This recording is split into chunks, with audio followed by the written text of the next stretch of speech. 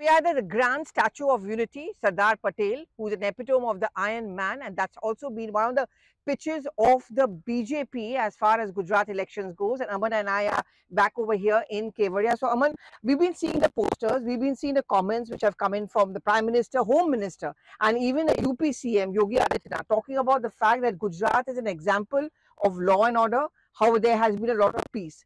You think that's exactly what the BJP is also going to project itself as? Exactly. As we are seeing the posters while driving all the way from Kevadia from Ahmedabad, this 3-hour journey, various posters saying Shanti. BJP promising with Mr. Modi's face right in the center. And what Mr. Amit Shah also interestingly said last week when he said that 2002 ke baad there's been permanent peace in Gujarat. I think that is the major stress that Congress ke rule mein curfew lagta raha Gujarat mein bar, but now there is peace. So this strongman image in a way, from Mr. Modi to Mr. Amit Shah to Mr. Yogi Adityanath coming and campaigning here in Gujarat. And I think this place is also an epitome for that. Kevadia, the Sardar Patel statue, the Sardar Patel Narmada river, we can see the Sardar Sarovar Dam is just nearby from here, it's about 3 kilometers away. So I think in a way the epitome of the entire BJP politics is this place, Kevadia. Also, Pallavi, when that question was raised over Sardar Patel in the interview to News 18, when Amit Shah said that why has not a single Congress leader ever come यहाँ के पुष्पांजलि नहीं दिया सरदार पटेल को, सरदार पटेल पे बोलने का कांग्रेस को हक भी नहीं है. So I think a major that politics has also played out. Sardar Patel being a part of the election campaign in a way, and also Narmada being a part of the election campaign. Medha Patkar featuring along with Rahul Gandhi in the Bharat Jodo Yatra, that also became a huge point in the elections last week, Pallavi. Yes, but just to come back to this whole point of law and order and the national security, remember that was a pitch when the Prime Minister became the Prime Minister for the first time. The weak Dr. Manmohan Singh government, which cannot even offer you peace, security, national security, and that Bahubali image really of the NDA government. I think that is something which is being projected as we stand over here. But more than that, is something I think it's going to be a takeover for the 2024 elections. But we are over here and we are seeing the water here, and actually, in the Saurashtra belt, in the Mehsana district, in these areas, water is a problem, and water problem is something which reminds you also of women, carrying all those vessels on their head.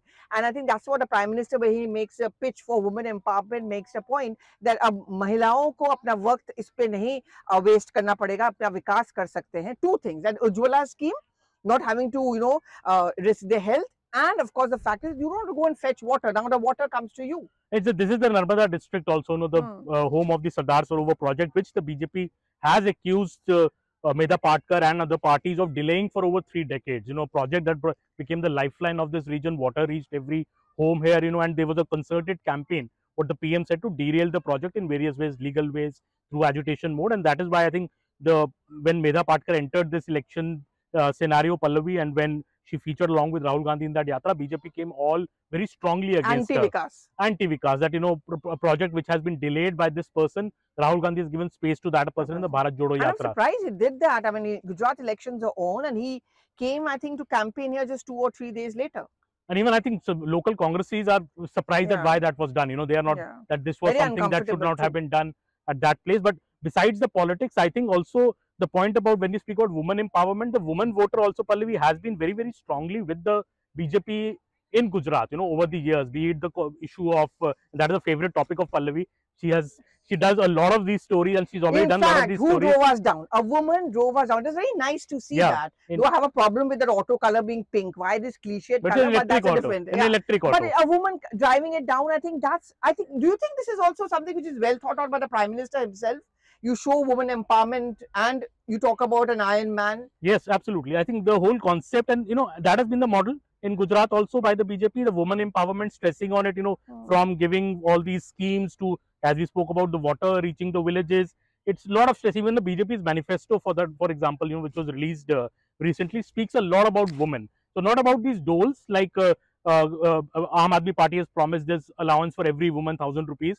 BJP doesn't promise that kind of monetary allowance. Something more long term. Something more long term, more like they've promised 1 lakh jobs for women. It's a woman centric manifesto. So a constituency, I think, with the BJP has nurtured over the years. So one hand, you have this strongman image of peace and law and order, which also directly impacts the woman voter. If there is peace in the state, it is beneficial for the woman voter. So in a way, I think, Pallavi, that is also an important point which has come in these elections, that woman voter is also being enticed by all the parties, not just the BJP, but also by the Congress, also by the Aam But Aadmi I Party. mean, it's so interesting because this is one thing which BJP talks about. I mean, you had a woman president for years. Hmm. I mean, you have other political parties like Trinamool Congress headed by a woman, but it takes a BJP which is accused of being too male-centric to understand that women don't require doles. I don't want 1,500 rupees perhaps in my account. I want something which is more, like a Mudra Yojana, loans being given, my entrepreneurship being encouraged, even something as small as, not small, I would say, but something as significant as someone driving me down over here. Exactly. So that is the also, and does it sell in Gujarat? This dole model, this as BJP will call it a Revdi model, does it really sell in Gujarat? Some states it might sell, but in a Gujarat, does this, what is the priority of the voter? I think by what we have traveled here, the priority of the voter seems very, very different from expecting a dole from your government. It's more like, as a sense of security, sense of empowerment.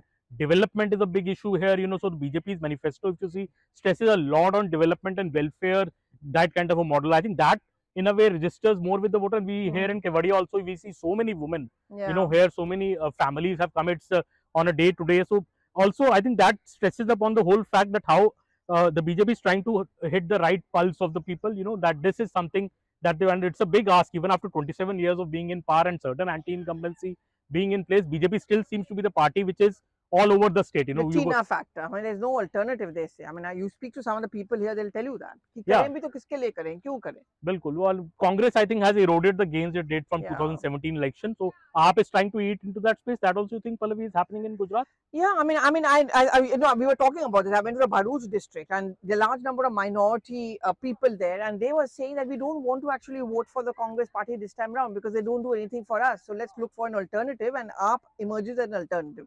I don't think in terms of seats, AAP is going to make a fantastic performance, but they are going to do the damage control, damage to the Congress. They're going to be the spoiler in the game, Yeah. which suits the BJP, right? So that is also the political logic which is coming, from But people doesn't I have BJP spoken get to. worried about AAP being a spoiler for them in the long run? Well, as long as they're cutting the Congress vote, Yeah. not damaging the BJP vote. The Congress has managed to get 40% vote share in almost every Gujarat election so far. So, if AAP is eating into some of that votes and, getting maybe 15, 16, 20% vote share, and Congress vote share is halved, in a way that becomes a triangular fight. But BJP is still saying it's not a triangular fight. The fight is still between the Congress and the BJP. BJP wants to say that AAP is not a factor at all, but as we have traveled and seen that AAP has some resonance in the state in certain pockets, because people who are looking for change, I think, see it as an alternative, because the Congress campaign has certainly strangely dipped in the state in these elections. Yeah, they're very disinterested, don't care, and the entire machinery is working on the Bharat Jodo Yatra, which in a sense is also somehow overlapping and damaging to a certain extent, I think, the campaign of the Congress party. I mean, Rahul Gandhi coming here, and we did speak about it. Rahul Gandhi coming here, talking about the Bharat Jodo Yatra, the maqsad of the Bharat Jodo Yatra, and you don't go through Gujarat. So, I mean, it doesn't make a difference to the people over here. So, will Rahul Gandhi come here, Pallavi? Sardar Patel statue?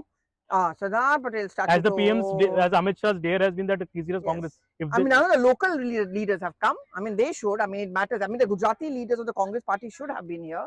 But so far, you don't see them here. I mean, you can oppose a political party, but these are your national icons. These are ones who are etched in your history. And how can you even bring politics into that? Yeah. I mean, what they blame the BJP for when they question Nehru's policies, they are themselves being accused of the same. Yeah.